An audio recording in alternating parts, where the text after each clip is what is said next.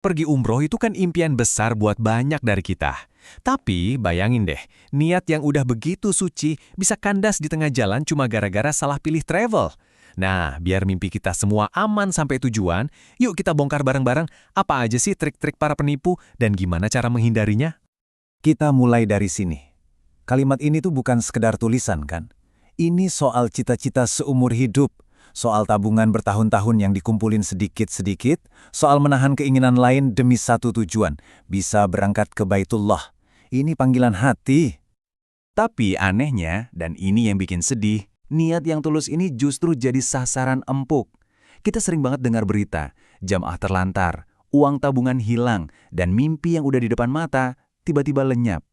Kenapa sih ini bisa terus-terusan kejadian? Nah, ini dia intinya. Penipuan itu bisa berhasil bukan cuma karena penipunya pinter, tapi seringkali karena kita sendiri yang tanpa sadar kasih celah. Ada loh kesalahan-kesalahan yang kelihatannya sepele, tapi justru itu yang jadi karpet merah buat para penipu. Oke, kita masuk ke bagian pertama. 3 kesalahan paling dasar yang sering jadi pintu gerbang penipuan, yaitu soal harga dan legalitas. Kesalahan nomor 1, yang paling fatal tapi paling sering kejadian. Kita lupa atau mungkin nggak tahu cara ngecek apakah travelnya itu punya izin resmi dari Kementerian Agama atau Kemenak. Seringnya kita terlalu silau sama harga murah, sampai lupa ngecek hal paling krusial ini. Ini sama aja kayak kita ngasih kunci rumah ke orang asing. Analoginya ngenah banget kan?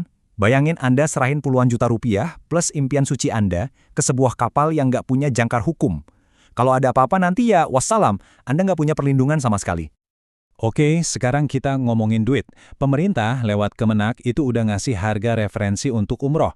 Patokannya saat ini ada di kisaran 23 juta rupiah. Angka ini tuh bukan asal-asalan ya. Ini hasil hitungan biaya tiket pesawat, hotel, dan lain-lain yang masuk akal.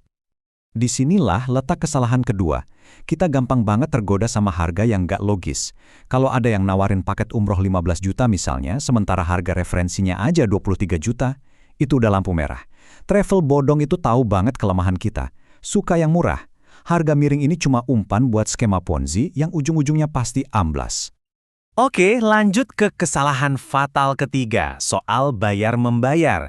Misalnya, Anda udah srek nih sama satu travel, terus pas mau bayar, disuruh transfernya ke rekening atas nama perorangan, bukan PT atau perusahaan. Alasannya mungkin, oh ini rekening direkturnya, biar cepet. Nah, stop dulu. Hati-hati banget di sini. Jadi, sebelum transfer speser pun, ini checklist wajibnya. 1. Rekeningnya harus atas nama perusahaan. Titik. 2. Setelah transfer, minta kwitansi resmi yang ada stempelnya, bukan cuma screenshot bukti transfer. 3. Dan ini paling penting, jangan pernah transfer sebelum ada perjanjian atau kontrak hitam di atas putih. Ingat, travel yang beneran profesional itu pasti pakai rekening perusahaan.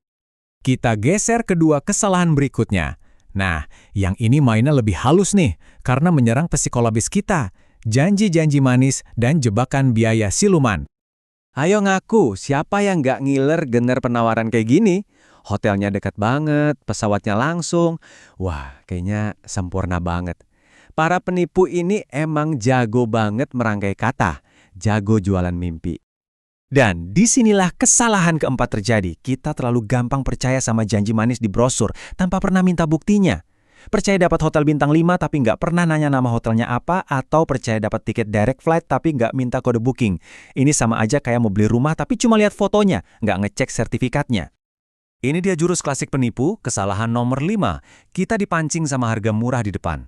Tapi begitu DP masuk, mulai deh muncul biaya-biaya aneh. Biaya visa lah, biaya manasik, biaya airport tax yang katanya belum termasuk.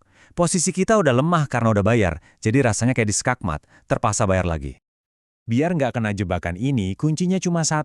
Jadi calon jamaah yang kepo. Jangan pernah sungkan buat bertanya detail. Tanyain, harga segini udah termasuk apa aja? Visa udah? Makan berapa kali? Transportasi di sana gimana? Nggak apa-apa kok dicap cerewet di awal, daripada pusing dan nangis di belakang kan? Oke, kita sampai di 2 kesalahan terakhir. Ini akarnya sama. Terlalu percaya, tapi kurang bukti. Nah, ini serius banget, kesalahan ke-6. Banyak yang masih nganggap remeh secari kertas bernama kontrak atau surat perjanjian. Anggapannya, yang penting ada kwitansi lunas. Padahal, kwitansi itu cuma bukti bayar. Kontrak itulah pegangan hukum kita. Tanpa itu, kalau ada masalah, kita nggak punya dasar hukum buat nuntut. Ingat ya, ini semua adalah hak Anda sebagai calon jamaah. Travel yang benar dan amanah gak akan pernah keberatan ngasih dokumen-dokumen ini.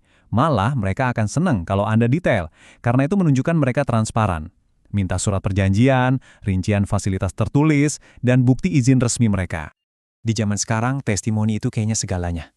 Kita buka medsos, lihat foto orang senyum-senyum di depan Ka'bah dengan caption, recommended banget travel ini.